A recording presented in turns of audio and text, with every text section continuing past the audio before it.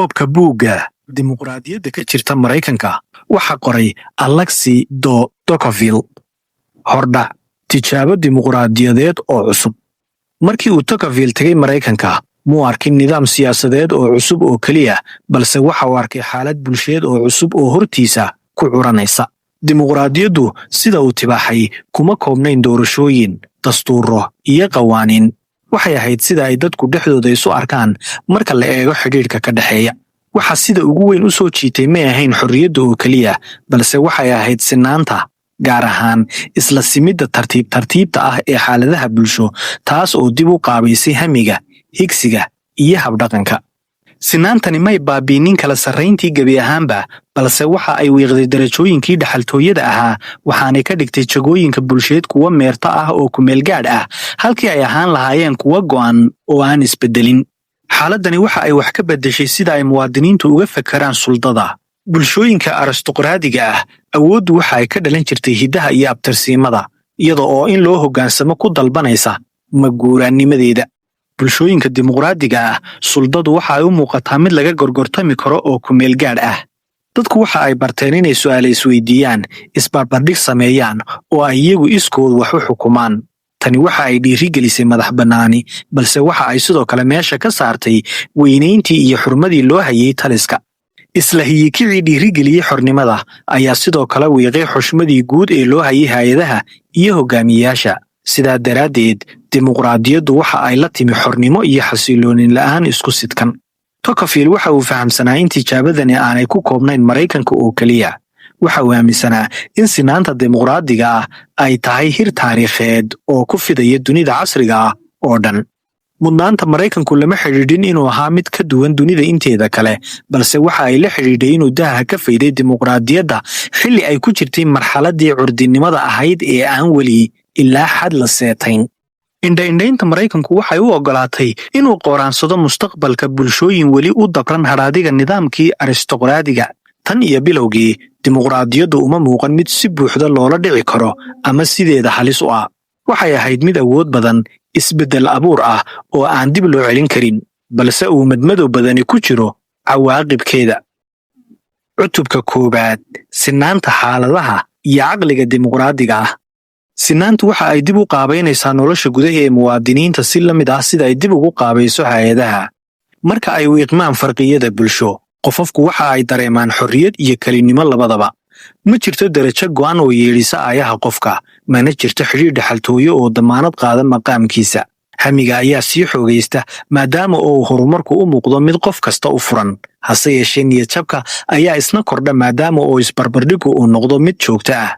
Sinaantu waxa ay kordhisaa laxawga qofka ee ku aadan maqaamka uu kaga jiro bulshada, taas oo ka dhigta farqiga u yar ee u dhexeeya dadka in loo arko mid cawaaqib weyn leh. Xaaladdan nafsadeed waxa ay sare u qaadaa kelitooyada oo ah raadgurasho loogu xuubsiibanayo nolosha khaaska ah, beddelka go'doon wadareed oo xoog lagu soo rogo qofafka. Muwaadiniinta dimuqraadiga ahi waxa ay u janjeeraan inay diiradda saaraan horumarka shakhsiga ah, qoyska iyo fayaqabka maadiga ah. Nolosha guud ayaa u muuqata mid fog, cilan oo culaab badan. Halistu ma aha xukun kali talis oo bulshada kor looga soo rogo, balse waa kala furfuranka hoose. Marka muwaadiniintu dib ugu gurtaan gudaha nafahooda, waxaa suurtagal noqota in awood urursani si xasiloon ku dhalato kuna fido. Sinaantu waxa ay sidoo kale wiiqdaa xadhkaha ama xidhiidhada wakhtiga fog. Bulshooyinka aristaqraadiga ah, jiitanka soo jireenka ayaa baroosin u ah habdhaqanka. Bulshooyinka dimuqraadiga ah, isbeddelku waa wax caadi ah oo la fisho. Loodsamidda tan ayaa shidaalisa hal-abuur, balse wiiqda dulqaadka. Muwaadiniintu waxa ay noqdaan soo majeystayaal raacdaynaya horumar degdeg ah, halkii ay u adkaysan lahaayeen tacabka dadaalka. Timaadadu markaa waxa ay u muuqataa mid aan hubanayn, taagantuna mid degdeg ah. Tocqueville waxa uu ka digay haddii aanay jirin hay'ado abuura caadooyin madani ah in aanay sinaantu dhali doonin xornimo. Taa beddelkeeda waxa ay abuuri doontaa hebadnimo iyo moogannimo. Muwaadiniin si rasmi ah u siman si siyaasad ahaan ogol ah oo u nugul hababka dahsoon ee haymanada loo ekaysiiyey difaaca. Cutubka labaad: Xorriyadda, kalitaliska iyo awoodda aqlabiyadda. Dimuqraadiyaddu waxa ay xukunka koox yar ku beddeshaa xukunka aqlabiyadda, balse isbeddelkan ayaa abuura halis hor leh. Awoodda aqlabiyaddu walow ay tahay mid sharciyad huwan haddana waxa ay noqon kartaa mid gaboodfal badan weliba siyaabo ka duwan kelitaliskii soo jireenka ahaa. halkii ay ku tiirsanaan lahayd quwad waxa ay ku howlgashaa fakar, filasho iyo cadaadis bulsheed. aqlabiyaddu ma xukunto ficilada uun, waxa ay sidoo kale u arrimisaa fekerka. bulshooyinka dimuqraadiga ah, fekerka dadweyne waxa uu kasbadaa suldo aan innaba caadi ahayn. qofafku inta ay ka baqaan caburin in ka badan ayay ka baqaan go'doon. mucaaradnimada ayaa ku kacda qiimo sare, sababtuna ma aha inay tahay sharci darro, balse waa inay horseedo takoor bulsho. tan ayaa abuurta awood dahsoon oo aan seetaysnayn, awood jidhka xoraysa, balse maanka dabar ku xidha. dadku sababta ay u hoggaansamaan ma aha inay khasban yihiin, balse waa in iskacaabintu u muuqato madhalays ama cidlo. kelitalisnimada noocan ahi waa mid dabacsan, baahsan, oo ay adag tahay in la waajaho. ma iclaamiso haymanadeeda, waxay isu muujisaa inay tahay wadar ogol ama ijtimaac. muddo kadib, muwaadiniinta ayaa qaayiba xukunkeeda iyagoo hebadnimada mooda heshiis. xornimada ayaa sal guurtay iyadoo aanay dhicin khilaaf daraamaatig ah ama muquunin muuqata midkoodna. Tocqueville muu diidin xukunka aqlabiyadda, balse waxa uu ka hor yimi in loo rogo hiraal. wuxuu ku dooday in xorriyaddu u baahan tahay in la seeteeyo awoodda oo dhan oo ay ku jirto suldada dimuqraadiga ahi.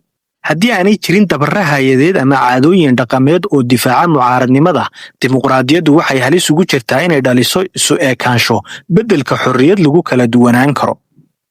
cutubka 3aad, hay-adaha basarka dimuqraadiyadeed. xornimada dimuqraadiyadeed kuma waarto aaminaadda oo keliya. Tocqueville waxa uu ku galay in xorriyaddu samatabaxda uun marka si joogto ah loogu dhaqmo oo lagu sooho nolosha maalinlaha ah. marka sidan loo dhigo, hay-aduhu maaha agab maamul, balse waa barayaal akhlaaqeed. dowladaha hoose, shirarka degmooyinka iyo xeerbeegtidu waxa ay muwaadiniinta ku khasbaan inay si toos ah u waajahaan mas'uuliyadda guud. waxa ay ku xujeeyaan qofafka inay ka qayb qaataan tashiga iyo heshiiska, ayna si wada jir ah u shaqeeyaan, taas oo xornimadii cilanayd u rogaysa waaqac lagu nool yahay. haddii aanay jirin hay-ado noocan ah, muwaadiniinta dimuqraadiga ah waxaa laga yaabaa inay u dabaaldegaan xorriyadda iyaga oo marba marka ka dambaysa ka sii arradmaya caadooyinka mahuraanka u ah in la joogteeyo. is-xukunka hoose ayaa kaalin mucle ka qaata geedi socodkan. maaraynta walaacyada degdega ah ee la taaban karo ayay hay-adaha dowladaha hoose ku abuuraan xidhiidh lala yeesho nolosha dadweynaha. muwaadiniintu waxa ay bartaan in xukunku aanu ahayn quwad iyaga ka baxsan oo kor looga soo rogay, balse uu yahay hawl ay ka qayb qaataan. ka qaybgalkan ayaa yareeya kelitooyada, taas oo danaha gaarka ah dib ugu xidha maxsuulka dadaalka wadarta. marka hay-adaha maxalliga ay yihiin kuwo xooggan, taliska dhexe waxa uu waajahaa dabarro dabiici ah, maadaama oo ay muwaadiniintu leeyihiin kalsooni iyo karti ay isku xukumaan labadaba. mu'asasaadka ayaa sii xoojiya basarkan. Tocqueville waxa uu mu'asasaadka isxilqaamo u arkayay inay yihiin dugsiyo dimuqraadiyadeed oo bara iskaashiga bulshooyin sidoodaba u janjeera gooni daaqnimada. kooxaha mihnadeed, kuwa madaniga ah iyo isu imaadyada diiniga ah ayay qofafku ku bartaan inay raacdeeyaan yolo la wadaago iyaga oo aan isku hadlayn dowladda uun. mu'asasaadkani waxa ay ka hortagaan dheeliga awoodda urursan iyaga oo dhaliya awood bulsheed oo ka madax bannaan xukunka dowladda. waxa ay sidoo kale difaacaan dadyowga kale ee laga tiro badan yahay iyaga oo suurtogeliya iska caabin wadareed oo ka dhan ah cadaadiska aqlabiyadda. sidaa awgeed, hay-aduhu waxay u shaqeeyaan sida caynaan xakameeya aabbayeella'aanta qofeed iyo gacantogaalaynta dowladda. waxay ka hortagaan in xornimadu ku baaba'da moogannimo, sinaantuna ku burburto hebadnimo. dimuqraadiyaddu kuma samatabaxdo in muwaadiniintu si dhalan ah u jecel yihiin xorriyadda awgeed, ee waxa ay ku samatabaxdaa in hay-aduhu ku layliyaan inay ku dhaqmaan. cutubka 4aad, diinta, akhlaaqda iyo kala dambaynta bulsho. Tocqueville waxa uu diinta u arkayay inay tahay mid ka mida quwadaha ugu muhiimsan ee xasiliya dimuqraadiyadda. sababtu ma aha inay si toos ah u xukumaysay, balse waa inay si dadban ugu arriminaysay. Maraykanka, diintu ma xukumaynin siyaasadda, haddana waxa ay qaabaynaysay filashooyinka akhlaaqeed ee siyaasaddu keligeed hirgelin karin. unkidda xuduudo aaminaadeed iyo kuwo dhaqan oo la wadaago ayay diintu ku bixisaa xayndaab ay gudihiisa xornimada dimuqraadiga ahi ku shaqayn karto iyada oo aan ku hooban fawdo. kala soocidda kiniisadda iyo dowladda ayaa cudud siisay labadaba. diintu waxa ay ka baaqsatay musuqmaasuqa awoodda siyaasadeed, halka ay siyaasadduna ay diinta ka faa'iiday xuduudo akhlaaqeed oo ka baxsan laaceeda. aaminaadda diiniga ah waxa ay dhiirigelisay isxakamayn, nafhur iyo mas-uuliyad oo intooduba ah tayooyin aanay dimuqraadiyaddu si hufan u sharciyeyn karin.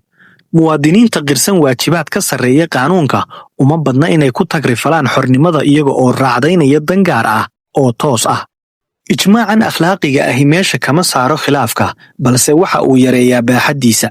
bulshooyinka dimuqraadiga ahi waxa ay bulaalaan marka isqabqabsigu ka dhex dhaco xuduudaha anshax ee la wadaago. xuduuddaas la'aanteed sinaantu waxa ay halis ugu jirtaa inay isugu biyashubato nisbiye akhlaaqeed, taas oo ay sheegashooyinka oo dhani si isku mida u yihiin ansax, suldaduna ay lumiso sharciyaddeeda. diintu marka la eego tabinta Tocqueville waxa ay ka hortagtay habowga noocan ah iyadoo oo dhidibada u aastay qiyam u adkaysta meertooyinka doorashooyinka. waxaa xusid mudan in Tocqueville aanu ku doodin in dimuqraadiyaddu ay u baahan tahay diin gooni ah. wuxuu ku dooday inay u baahan tahay xuduudo akhlaaqeed oo la wadaago. halka ay aaminaaddu gebi ahaanba wiiqanto, dowladdu waxa ay waajahdaa cadaadis ku aadan in la daboolo hawadka, iyada oo fidinaysa sharciyeynta si ay u maarayso habdhaqan awal uu xukumi jiray damiirku. sidan ayuu hoosu dhaca talis akhlaaqeed si maangad ah ugu dedejiyaa ururinta awoodda siyaasadeed. cutubka 5: awood ururinta, maamulka iyo suldada dowladda. bulshooyinka dimuqraadiga ah waxa ay waajahaan duufsi joogto ah oo u maran habaabiya dhanka ururinta awoodda. sinaanta ayaa burburisa kala sarraynta bulsho, balse sidoo kale wiiqda suldooyinka tooska ah ee mar u dhexeeyey qofafka iyo dowladda. marka ay muwaadiniintu noqdaan kuwo siman oo isku mid ah, waxa ay fishaan xalal isku mid ah oo ku aadan mashaakilka la wadaago. beekhaaminta maamulka ayaa noqota hannaan soo jiidasho leh, siiba marka ay hindisayaasha maxalliga ahi gaabiyaan ama aanay sinayn. habowgani uma muuqdo sidii kelitaliskii soo jireenka ahaa, wuxuu u soo ifbaxaa si xasiloon iyada oo loogu qiildayo habbooni, difaac iyo isku dubiridka howlaha. dowladdu kuma fidiso awoodda quwad ee waxa ay ku fidisaa adeeg. muwaadiniinta oo xoogga saara nolosha gaarka ah waxa ay si buuxda u wareejiyaan mas-uuliyadda iyaga oo dhaafsanaya nidaam iyo nabad. muddo kadib xukunka maamulka ayaa beddela ka qaybgalka madaniga ah, xornimaduna waxa ay sal guurtaa iska caabin la'aan. Tocqueville waxa uu bidhaamiyey farqiga u dhexeeya xaaladdan iyo kelitaliska aan meelna loogu soo gaban. awood urursiga dimuqraadiga ah wuxuu dhowraa xuquuqda rasmiga ah isaga oo ka hoolaya mucdoodii. muwaadiniintu waxay sii ahaadaan kuwo oogada sare u muuqda inay madax bannaan yihiin, balse dhab ahaan si isa soo taraysa ugu tiirsan nidaamka. dowladdu waxa ay noqotaa daryeele maareeya guud ahaan nolosha iyada oo dadka ka reebaysa isxilqaanka. tan ayaa dhalisa ladnaan ka madhan karaamo iyo xasilooni aan lahayn madax bannaani. halistu ma aha awoodda urursan oo keliya, balse waa caadooyinka joogteeya awooddaas. marka ay muwaadiniintu joojiyaan inay isxukumaan heerka hoose ee maxalliga ah, waxa ay marti qaadaan talis fog oo ka sarreeya oo si buuxda ugu arrimiya. dimuqraadiyaddu waxa ay samatabaxdaa oo keliya marka ay soo jiidashada xooggan ee awoodda maamul lagala hortago, talada oo la baahiyo, ka qaybgal haayadeed iyo mas-uuliyad madani ah. cutubka 6: awoodaha iyo nugeylka dimuqraadiyadda. dimuqraadiyaddu waxa ay leedahay tayooyin xooggan oo aan la dafiri karin, kuwaasoo ka dhasha sinaanta ay abuurto. waxa ay sii daysaa tamarta bulsheed iyada oo dabcisa dabarrada dhaxaltooyada ah, taasoo saamaxda in hibada iyo hamigu ay si xor ah u wareegaan. muwaadiniintu waxa ay dareemaan inay leeyihiin awood ay tallaabo ku qaadaan, ku hadlaan, ayna ku sameeyaan hal-abuur iyaga oo aan idan ka sugayn maqaamka ay uga jiraan bulshada ama soo jireenka. daynaamikiyadan ayaa siisa bulshooyinka dimuqraadiga ah karti ay kula qabsadaan duruufta. waxa ay si aayar ah gafafka ugu saxaan ka qaybgal, halkii ay si cunfila isugu horseedi lahaayeen kalahaad. muddo kadib loodsamidan ayaa dhalisa adkaysi, xitaa marka maxsuulka wakhtiga dhow uu u muuqdo mid qasan. sidaas oo ay tahay tayooyinka cududda siiya dimuqraadiyadda waxaa ka barbar jira nugayl qoto dheer. sinaantu waxa ay dhiirigelisaa soo majeestanimada. marka ay dhammaan jagooyinku u muuqdaan in la gaadhi karo, waxa xoogaysata qanaacaddarrada, waayo isbarbardhiggu ma dhammaado abid. muwaadiniinta dimuqraadiga ahi waxa ay noqdaan kuwo aan u samrin dib u dhaca, aana u dulqaadan xuduudaha. waxa ay dalbadaan horumarin degdeg ah, waxaana ku beerma shaki ka dhan ah xakamaha. dulqaad xumidani waxa ay sii wiiqdaa qorshaynta wakhtiga fog, waxayna yaraysaa xurmada loo hayo hay-adaha u samaysan inay u howlgalaan si gaabis ah. dimuqraadiyaddu sidoo kale caadinimada ayay uga xilataa heer sarraynta. taana uma wacna in muwaadiniintu nacaan hibada, balse waxa u wacan inaanay ku kalsoonayn duwanaanshaha. suldada soocnimada ayaa u muuqata mid halis ku ah dhaqanka ku dhisan isku mid ahaanshaha.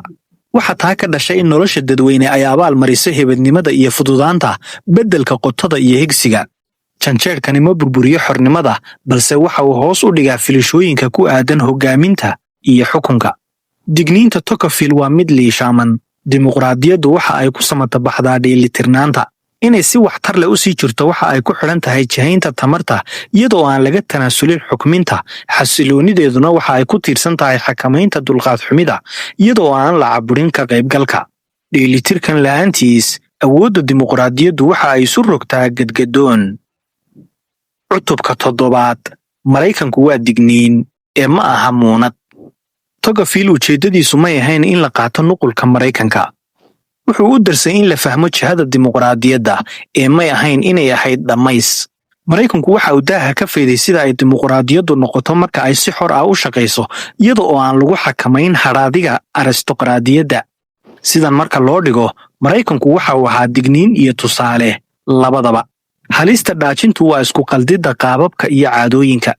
Dastuurada, qawaaniinta iyo doorashooyinka si dhaqso ah ayaa loo koobiyeyn karaa. Basarka madaniga ah, xakamaha akhlaaqeed iyo dheelitirka haayadeed lama soo guurin karo. Dhoofinta dhismayaasha dimuqraadiyadeed iyaga oo aan lahayn sees bulsheed oo joogteeya waxay dhalisaa xasilooni darro beddelka xorriyadda. Dimuqraadiyadda lama qotoomiyo ee waa la tabcaa. Tocqueville abbaarta lafagurkiisu waxay ahayd Yurub oo sinaanta dimuqraadiyadeed ay sii horumaraysay u diyaargarow la'aan. Wuxuu ka baqayay in bulshooyinku ay qaadan doonaan hay'ado dimuqraadiyadeed iyaga oo ka tegaya dhaqannada ka hortaga in awoodda dimuqraadiyadeed noqoto mid hal meel ku urursan oo si dadban wax u burburisa. Natiijada taa ka dhalataa ma ahaateen kelitalis awoodda xoog ku faramarorsada, balse waxa ay ahaan lahayd taabacsanaan uu maamulku uu horseedo. Maraykanku waxa uu muujiyey in guusha dimuqraadiyaddu inta ay ku tiirsan tahay samayska in ka badan ay ku tiirsan tahay ku dhaqanka. Halka ay muwaadiniintu si hoose isugu arrimiyaan, hanaanka maamulka si xor ah uga qayb galaan, isla markaana taliska dhaqan ahaan u seeteeyaan, ayay dimuqraadiyaddu ku fuftaa. Halka ay caadooyinkani wiiqmaanna, dimuqraadiyaddu magac aan muc lahayn ayay noqotaa. Gunaanad, mustaqbalka bulsho dimuqraadi ah. Tocqueville waxa uu rumaysnaa inaanay dimuqraadiyaddu ahayn doorasho balse ay tahay masiirka ummadaha. Baahitaanka sinaantu ma ahayn wax dib loo celin karo. Weydiinta keliya ee harsanayd waxay ahayd in xorriyaddu ka sii hareer jiri karto sinaanta iyo in kale. Mustaqbalka dimuqraadiyaddu kuma xidhnayn iska caabinta sinaanta, balse waxa uu ku xidhnaa in lagu basriyo hay'ado, akhlaaq iyo caadooyin madani ah. Aragtidan, xornimada ma damaanad qaado xuquuqdu keligeed. Waa in si joogto ah loogu cusboonaysiiyo ka qaybgal iyo isxakamayn. Muwaadiniinta dimuqraadiga ah waa inay bartaan inay isxukumaan ka hor inta aanay u hollan inay xukumaan dowladda. Basarkan la'aantiis, sinaantu waxa ay horseedaa talis urursan oo maamula waxa ay muwaadiniintu dayacaan. Qiimaha ay ku kacayso dimuqraadiyaddu waa dadaal. Waxa ay dalbataa samir, ka qaybgal iyo dulqaad ku aadan intirnaan la'aanta. Abaalmarinteedu ma buurna, balse waa mid waarta. Xasilooni aan hagaas lahayn iyo xornimo ka madhan haymano. Dimuqraadiyaddu ma ballanqaada sarrayn, waxa ay ballanqaadaa samatabax. Casharka ugu dambeeya ee Tocqueville waa mid baraarug iyo yididiilo xambaarsan. Dimuqraadiyaddu kuma sii jiri karto iimaan iyo xamaasad, balse waxaa joogteeya basar. Marka ay muwaadiniintu aqbalaan mas'uuliyaddan culus, ayay xornimadu noqotaa suuragal, xataa marka lagu jiro xaaladaha sinaanta. Buukoobkan intaas ayuu inoogu eeg yahay. Inta aynu ku kulmayno midka kan xiga, nabadgelyo.